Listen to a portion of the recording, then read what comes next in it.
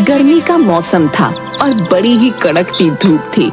भोंदू पूरी मेहनत से अपने खेतों में काम कर रहा था। आज तो गर्मी ने मार ही डाला और ऊपर से इतनी तेज भूख भी लग रही है। पता नहीं ये गौरी कहाँ रह गई। अब तक तो उसे खाना लेकर आ जाना चाहिए था।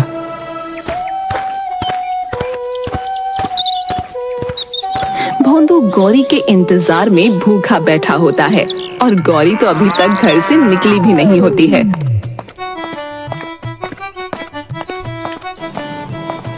ये मैं खाने का डब्बा तेरे गले में टांग रही हूँ, सीधा खेतों में जाकर अपने मालिक को ही देना।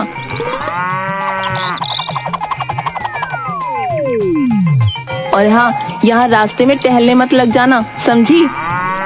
मैं काय को घूमूंगी यहाँ वहाँ। आप तो मालकिन मेरे को एकदम आवारा समझती है। तो क्यों ना समझूं? पूरा गांव तेरी हरकतों से परेशान है। जब मर्जी निकल जाती है और आवाराओं की तरह घूमती रहती है। ऊपर से कभी तो किसी का नुकसान कर देती है तो कभी किसी का। अरे मालकिन, जरा थोड़ा अपनी ट्रेन को ब्रेक लगाओ। आज के लिए मेरी इतनी तारीफ काफी है। अपन अब चलती है, मालिक अपन का इंतजार कर रहा होगा। हाँ हाँ, जल्दी निकल। पता नहीं कौन कौन सी फिल्में देखकर डायलॉग बाजी करती रहती है। गौरी मटक मटक के आराम से चल रही होती है।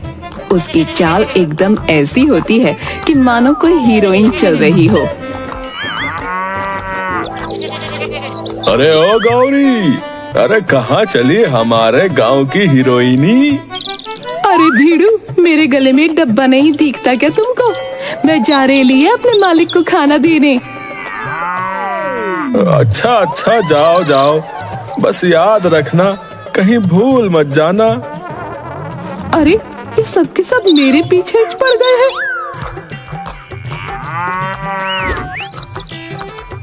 गौरी अपनी मस्त चाल में मस्त होकर चले जा रही थी। तभी उसकी नजर मंगत लाल के बगीचे पर पड़ी, जिसमें हरी भरी सब्जियां लगी थीं। आहा, क्या खुशबू है, माँ कसम, मजा ही आ गया। इस खुशबू ने तो मेरी भूख बढ़ा दी। अब मैं अपने लालची मन को कैसे रोकूं? गौरी से रुका ही नहीं जाता और वो मंगत लाल के बगीचे में झांककर देखने लगती है। बगीचे में बड़ी हरी भरी सब्जियां और लाल लाल टमाटर लग रहे थे। अब तो गौरी के मुंह से लार ही टपकने लगी। रुक जा गौरी, रुक जा, वरना कहीं मालकिन को पता चला तो तेरी काली चमड़ी को उधेड़ कर तुझे गौरी ना कर दे। गौरी अपने मन को समझाकर पीछे हट जाती है, पर उसका मन नहीं मानता। अरे अगर मैं थोड़ी सी सब्जी खा लूंगी तो किसी को क्या ही पता चलेगा। बगीचे में अभी मंगत लाल है भी नहीं। गौरी चुपके से मंगत लाल के बगीचे में घुस जाती है और उसकी सब्जियां खाना शुरू कर देती है। थोड़ी थोड़ी करके भी गौरी का मन नहीं भरता और वो मंगत लाल का पूरा बगीचा उजाड़ देती है।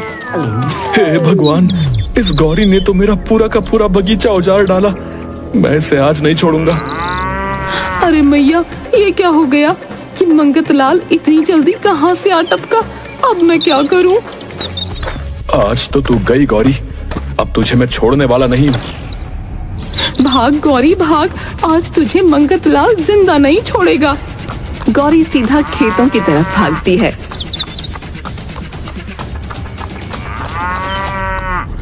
अरे गौरी, क्या हुआ? तू ऐसे भागती हुई क्यों आ रही है? मुझे बचा लो मालिक, आज मुझे बचा लो। मैं पक्का इसके बाद कुछ नहीं करूंगी। पर तूने आज क्या कांड कर डाला?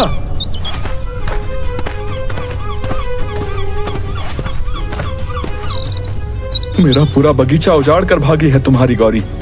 पता है कितना नुकसान कर दिया मेरा? मुझे अभी के अभी अपने नुकसान की भरपाई चाहिए। ये क्या किया गौरी तूने? तुझे पता है ना घर के हालात क्या हैं, और तूने इतना बड़ा नुकसान कर डाला। मुझसे गलती हो गई मालिक, और इस मंगत लाल ने भी तो अपना बगीचा खुला छोड़ रखा था। अब हम जानवर तो इतनी ताजी ताजी सब्जियां देखकर मचल ही जाएंगे ना। ओहो, देखो तो, ये तो वही बात हो गई कि उल्टा चोर कोतवाल को डांटे। देखो मंगत लाल, मेरी गौरी ने बहुत बड़ी गलती की है। तुम इसे इस बार माफ कर दो। ये आगे से तुम्हारे बगीचे के आसपास भी नहीं दिखेगी, है ना गौरी? आई शपथ, मैं बिल्कुल नहीं दिखेगी। मैं ये सब नहीं जानता, मुझे मेरे नुकसान की भरपाई चाहिए बस, वरना मैं सरपंच के पास जा रहा हूं।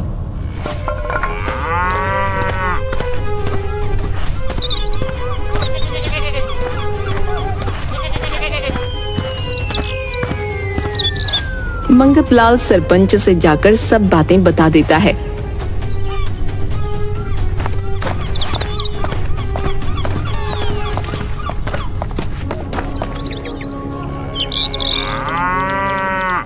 सरपंच गौरी और भोंदू को खड़ा करके उनसे बगीचे की भरपाई करने को बोलता है, पर भोंदू के पास बिल्कुल पैसे नहीं होते। अब अगर तुम मंगतलाल को पैसे नहीं दे सकते तो तुमको उसके बदले अपनी भैंस देनी होगी। हाँ, हमें कोई दिक्कत नहीं है, आप ये भैंस मंगतलाल को दे दो। पर लाजो, ये गौरी बस एक भैंस नहीं है, ये बचपन से मेरे साथ है। पता है ना, इसने एक बार मेरी जान भी बचाई थी। तो क्या अब हमारी जान लेगी? सरपंच जी, आप ये भैंस मंगतलाल को दे दो। नहीं सरपंच जी, कोई और रास्ता तो होगा। एक रास्ता है, तुम भैंस के बदले अपने खेतों की कुछ जमीन मंगतलाल को दे दो तो उसके नुकसान की भरपाई हो जाएगी। अब भोंदू सोच में पड़ जाता है कि मंगतलाल को अपनी जमीन दे या गौरी को। मुझे सोचने के लिए एक दिन का वक्त चाहिए सरपंच जी। अब ठीक है, तुम अच्छे से सोच लो और कल तक बता देना। अच्छा? अरे इसमें सोचने जैसा क्या था? चुपचाप इस भैंस को दे देना था ना, उस मंगतलाल को। क्या इस भैंस को बचाने के लिए जमीन दे दोगे? अरे लाजो, बस भी करो, मुझे जरा कल तक सोचने का मौका तो दो।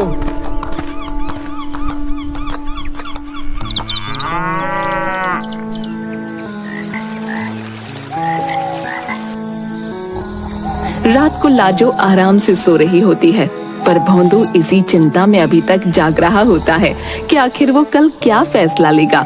गौरी को अपने मालिक की हालत पर बड़ा तरस आ रहा होता है। वो रात को अकेले ही घर से निकल जाती है। घूम ले गौरी, आज अच्छे से घूम ले। कल मालिक तुझे उस मंगतलाल को दे देगा तो वो तुझे 24 घंटे खूंटे से बांध कर रखेगा। अरे यार, आज किसके घर में चोरी करें? हैं? तुझे क्या लगता है किसके घर में ज्यादा माल होगा? वो देख, मंगललाल के घर की खिड़की खुली पड़ी है। चल उसी के घर में चोरी करते हैं। उसकी बेटी की अगले हफ्ते शादी है। घर में सोना चांदी पैसा जरूर मिलेगा। हाँ, ये तो तूने सही बोला। चल चल, जल्दी चल।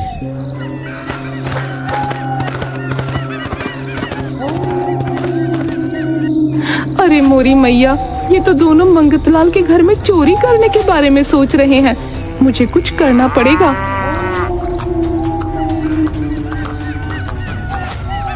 दोनों चोर मंगतलाल के घर में घुस जाते हैं और वहां से सारे जेवर और पैसा पोटली में बांधकर खिड़की से कूदकर भागने लगते हैं। गौरी मंगतलाल के घर के आगे खड़ी होकर खूब आवाज देती है, पर मंगतलाल तो घोड़े बेचकर सोया पड़ा होता है। अब मुझे ही कुछ करना पड़ेगा।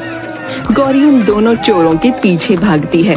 दोनों चोर गांव के कोने में एक टूटे फूटे घर में रहते हैं। वो घर के बाहर उस पोटली को जमीन में गाड़ देते हैं। अच्छा, तो यहाँ छुपा रहे हैं चोरी के गहने और पैसे। कोई नहीं, मैं भी बहुत तेज हूँ, इनके जाते ही सब निकाल लूंगी।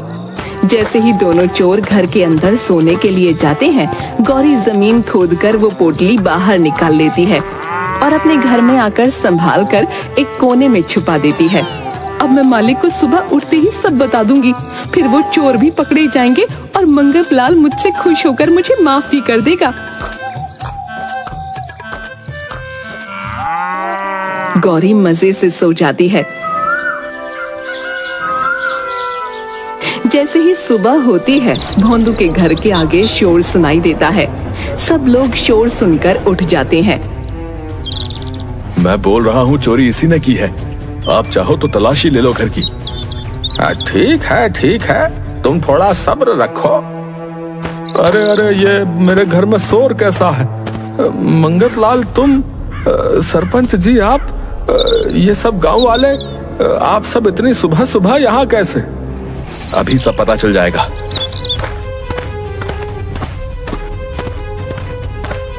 मंगतलाल भोंदू के घर के अंदर घुसा चलाता है और सब जगह तलाशी करने लगता है।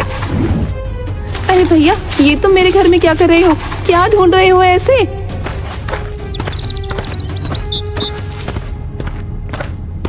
ये देखो सरपंच जी, मैं बिल्कुल सही था।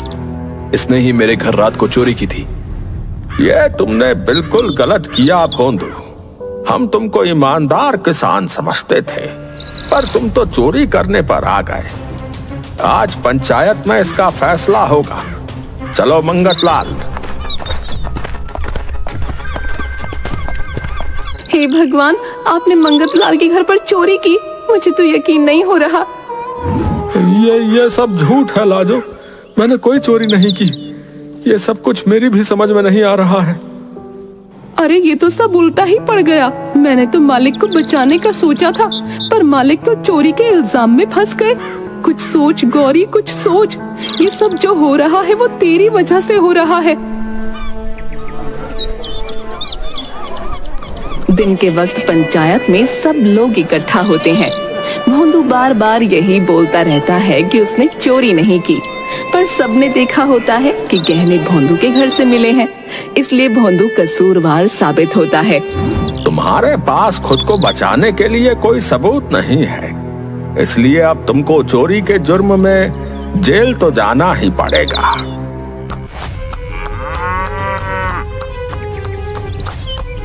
नहीं, मेरे मालिक चोर नहीं है। उस रात 2 चोर मंगतलाल के घर में घुस रहे थे।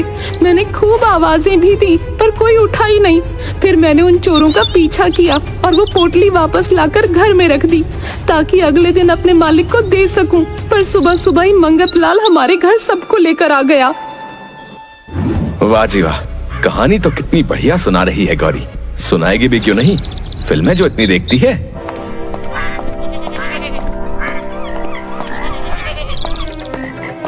गौरी झूठ नहीं बोल रही है। रात को गौरी की मुझे चिल्लाने की काफी देर तक आवाज आई थी, पर मुझे लगा वो हमें परेशान करने आई है। गौरी की बात में कुछ तो सच्चाई है। हमें ऐसे भोंदू काका को सजा नहीं देनी चाहिए।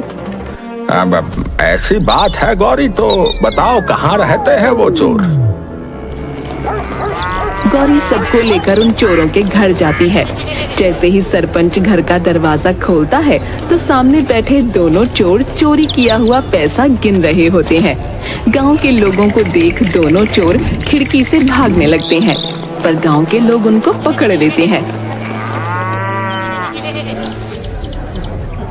अब पंचायत में दोनों चोरों को सजा मिलती है। भोंदू बेकसूर साबित होता है, पर अभी उसको फैसला लेना होगा कि वो मंगतलाल को अपनी जमीन देगा या अपनी भैंस। अब मुझे कुछ नहीं चाहिए सरपंच जी। आज गौरी की वजह से मेरे पैसे और मेरी बेटी के गहने मुझे वापस मिल गए। मुझे और क्या चाहिए। गौरी, तुमने मुझे बचा लिया। मैं तुम्हारा बहुत आभारी हूँ। हाँ, हम सब गौरी के आभारी हैं, क्योंकि गौरी ने न जाने कितने गरीब लोगों को लुटने से बचाया है। और भोंदू को अपनी गौरी पर बड़ा ही गर्व महसूस होता है।